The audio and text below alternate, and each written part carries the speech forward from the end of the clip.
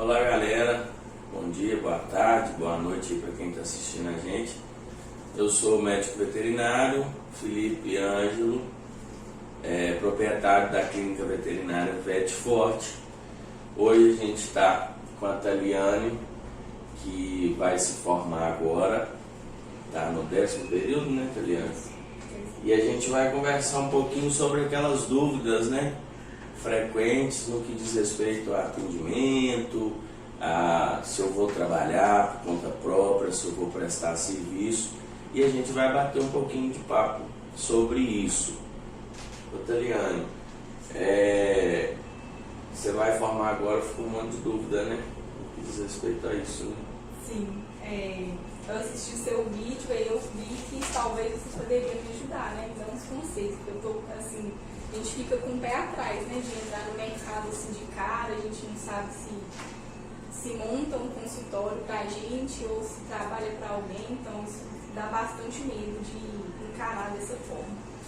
Eu também, quando eu estava no 10º período, a gente fica com medo mesmo, né? E o mercado de trabalho não é fácil.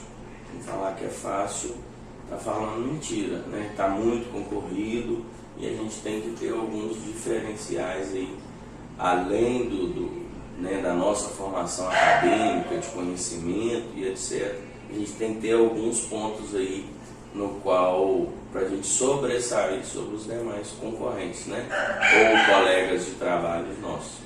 Mas assim, de antemão, qual é a sua principal dúvida, por exemplo? Então, como a minha graduação toda, eu realizei estágio em várias áreas, de grandes até pequenos, eu tenho assim, um pouco de dúvida em qual área me direcionar melhor. Então, assim, eu queria poder entrar numa área que eu gosto de todas, mas eu queria poder entrar numa área que eu tivesse um retorno financeiro um pouco mais rápido. Na verdade, essa questão de você, o leque da medicina veterinária hoje é muito grande. Você tem grandes, tem pequenos, aí os grandes se dividem, principal, né, em bovino e equinos, pequenos em cães e gatos, né? Mas nada impede, hoje eu sou clínico geral, eu atendo, né?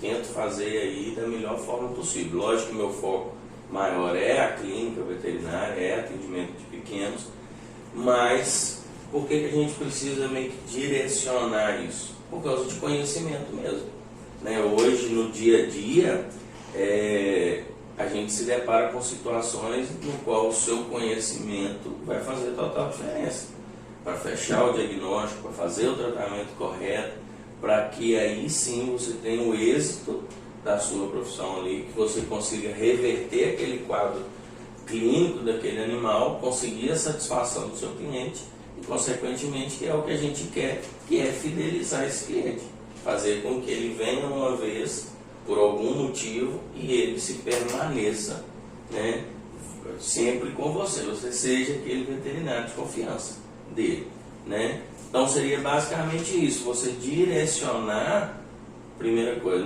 eu vou mexer com tudo, tentar abraçar o mundo também, não vai dar certo, mas direcionar, não, vou montar alguma coisa para mim, poderia até ser, a gente tem que saber das suas condições aí, não sei, né, a sua cidade, qual é a sua demanda, né, se você eu vou montar um hospital veterinário, numa cidade de 10 mil habitantes, talvez não seja viável.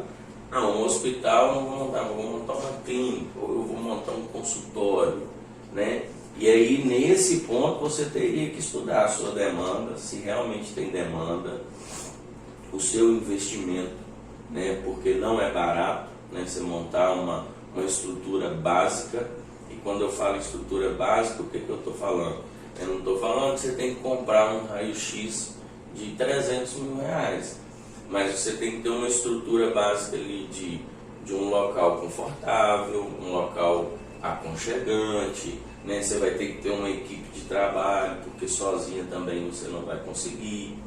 No que diz respeito a esses equipamentos mais caros, a gente conseguir aí uma parceria, por exemplo, você não tem, mas fulano tem, e eu vou encaminhar esse paciente, a gente vai fazer um diagnóstico por imagem, por exemplo, e dependendo do resultado eu vou encaminhar para um colega especialista, né? Mas eu acho que o principal, se eu vou trabalhar para alguém, se eu vou montar meu próprio negócio, eu, né, te dou o conselho para montar seu próprio negócio. É fácil? Não, né? Não existe, tem um ditado que eu gosto muito, não existe céu baixo para ninguém, né? As dificuldades vão vir, né? Mas eu, como eu disse no vídeo anterior, minha clínica hoje está bem estruturada, né? A gente tem atingido todas as metas propostas, né?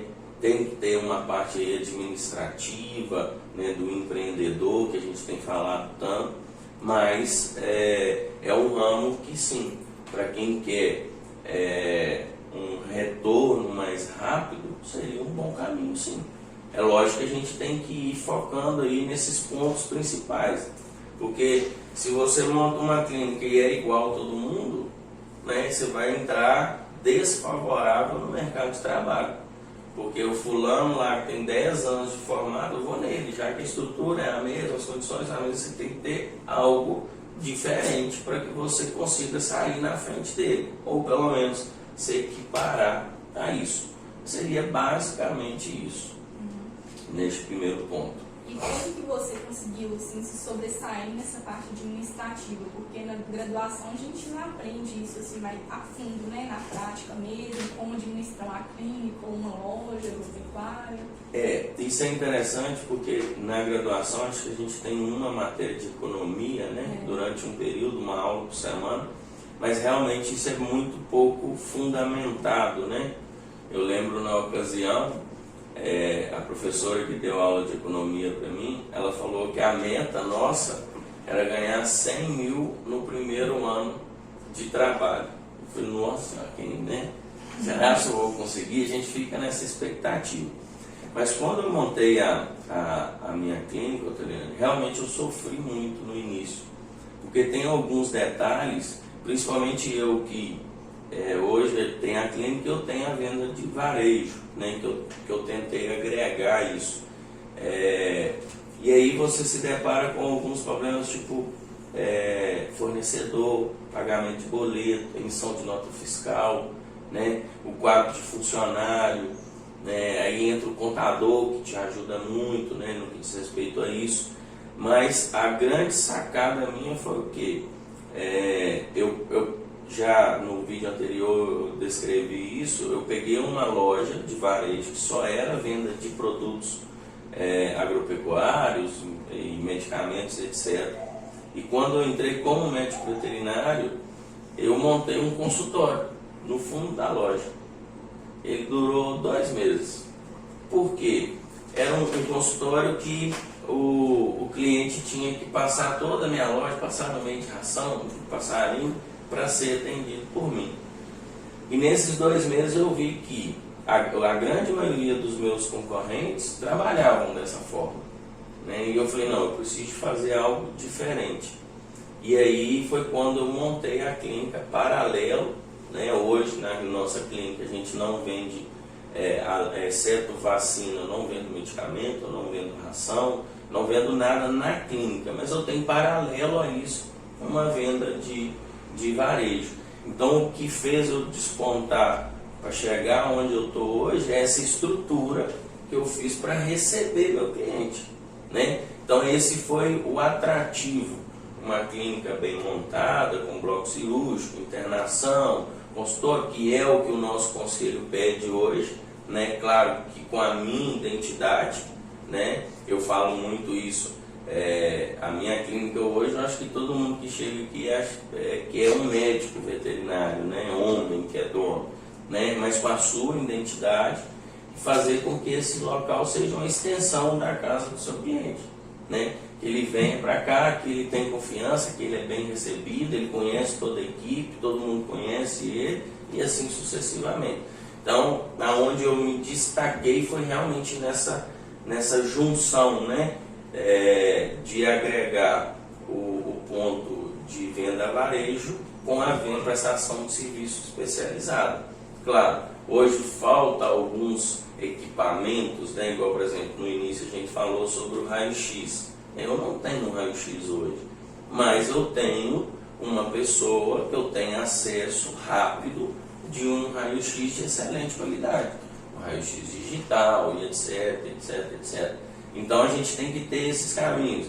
Um outro exemplo, por exemplo, eu não tenho um laboratório para exames, mas eu tenho parceiros no qual com 1 hora o meu resultado de exame sai. Às vezes se eu pedir uma emergência, com 20 minutos sai. Então, no seu caso, por exemplo, Felipe, eu vou montar alguma coisa na minha cidade, é estudar todas essas formas, né? Se eu vou ter demanda, quantos concorrentes eu tenho, qual o meu ponto comercial para mim ficar acessível, né? Como um todo, estudar isso de uma forma bem efetiva. Você entendeu? E o que você acha importante assim, para ter uma equipe de trabalho assim, bacana, que vai te ajudar mesmo e ajudar a fidelizar os clientes também? Essa questão de funcionários é uma questão assim, que eu sofri muito, né, no início.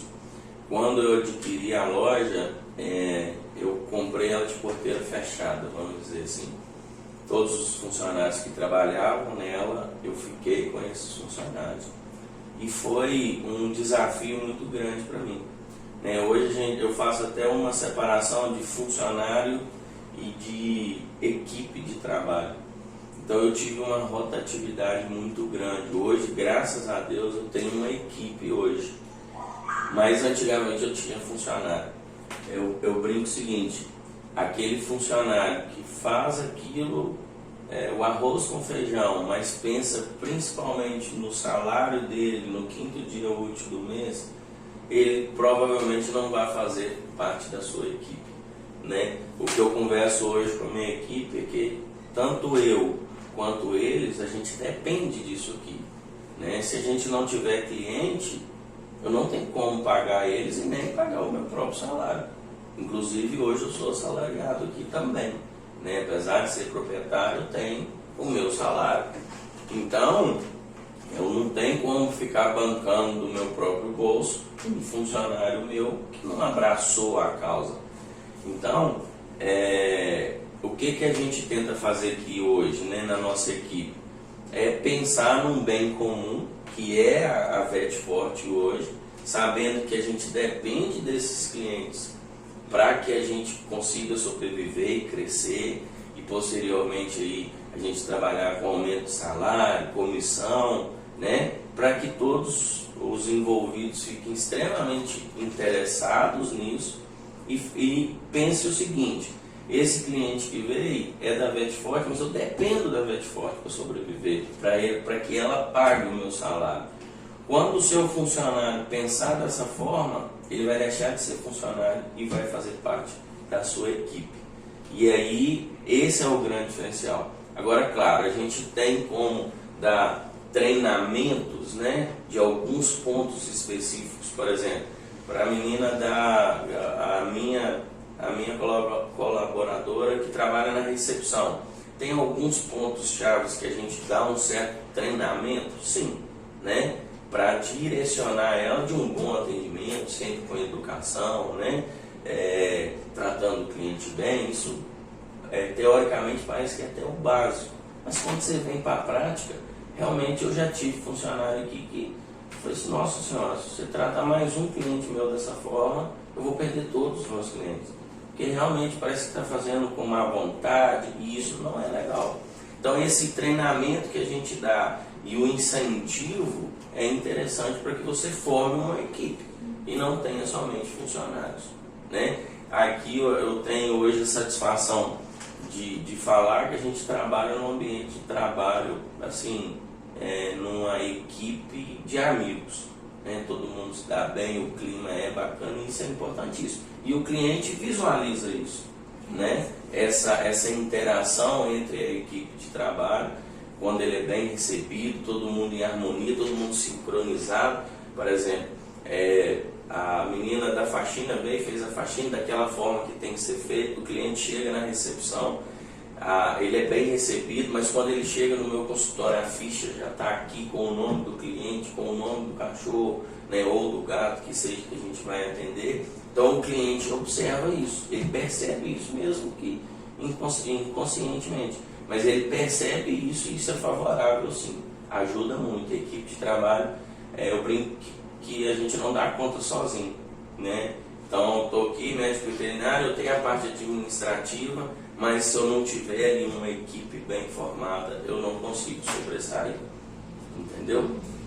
E em relação às suas consultas, o que você assim, acha que você é diferente que ajuda a fidelizar os seus clientes? O que você faz de diferente que ajuda isso? Ô, Taliana, a primeira coisa, o que eu falo com o pessoal, que na maioria das vezes o médico tem pressa, tanto o médico humano quanto o médico veterinário. E é uma coisa que eu não tenho comigo, né? Eu falo que eu sou nascido e criado na roça, já trabalhei na roça, eu dou muito valor ao meu dinheiro. Então, quando o cliente vem, ele paga aquela consulta, eu estou sendo bem remunerado porque eu estipulei aquele valor e eu vi que aquilo era viável para mim. Então, eu não tenho pressa. É o primeiro ponto-chave, né? Na maioria das vezes, quando vem um animal, às vezes a gente já até sabe o diagnóstico, né? Mas você precisa de escutar seu cliente, você precisa de conversar com seu cliente, você precisa de fazer uma anamnese bem feita, você precisa de... o cachorro está com uma dor no dígito, mas por que não olhar a mucosa, não olhar batimento cardíaco, respiratório, temperatura retal? Avalia linfonodo, avalia, não tenha pressa. E além desse ponto que para mim é o primordial, né, é você dar tempo para a sua consulta. Tanto é que hoje nas minhas marcações de consultas eu deixo uma janela bem bacana, né, para que aquela consulta eu possa desenvolver ela e da melhor forma possível, sem pular nenhuma etapa. Eu sempre falo muito no que diz respeito à prevenção, né, de forma assim, uma vacina, um vermífugo, uma castração, um ambiente que seja um gato, por exemplo, um ambiente que seja favorável para ele. Então acaba que o cliente, né, o tutor do cachorro, vem para resolver um problema e eu acabo bonificando ele com nutrição. A gente conversa muito sobre de que forma, é meio que um protocolo meu, né? Eu falo sempre da castração, da vermifugação, da vacinação, da castração, de que forma que a ração está sendo administrada, qual ração para aquele cachorro. Tem alguns exemplos comuns, por exemplo, o cachorro é pequeno, o proprietário vem e compra ração de filhote por causa do tamanho do grão, né? E hoje a gente tem rações de adulto com grão pequeno, mas o proprietário não se atina para isso, o tutor. Então a gente acaba conversando isso na consulta e isso faz com que o tutor, ele veio, na maioria das vezes, porque você tem um ambiente agradável, você tem uma estrutura boa, mas ele se fideliza por confiança. Claro, você tem que resolver o problema, né, da melhor forma possível, expor tudo que tem que expor, mas de contrapartida ele acabou ganhando algo a mais do que aquilo que ele veio te pagar. E se você estipulou um valor de uma consulta, você não pode ter pressa. Então, para mim, o primordial é essa questão de paciência, né? Paciência para escutar o tutor, as dúvidas dele. Não deixe ele embora com dúvida de jeito nenhum, porque isso depois ou você vai perder esse cliente para um colega seu, ou você vai perder muito tempo em telefone depois, porque ele foi embora com dúvida, né? Não vai ficar legal. Então seria basicamente isso, né? Hoje eu brinco muito. Alguma dúvida? Não. Aí na hora que está saindo, alguma dúvida de novo, né? Para realmente tudo que foi estabelecido ali não ficou dúvida nenhuma. Seria aí o ponto-chave disso aí, basicamente. Você cobra retorno dos seus clientes, assim, seja por telefone ou, né, na clínica?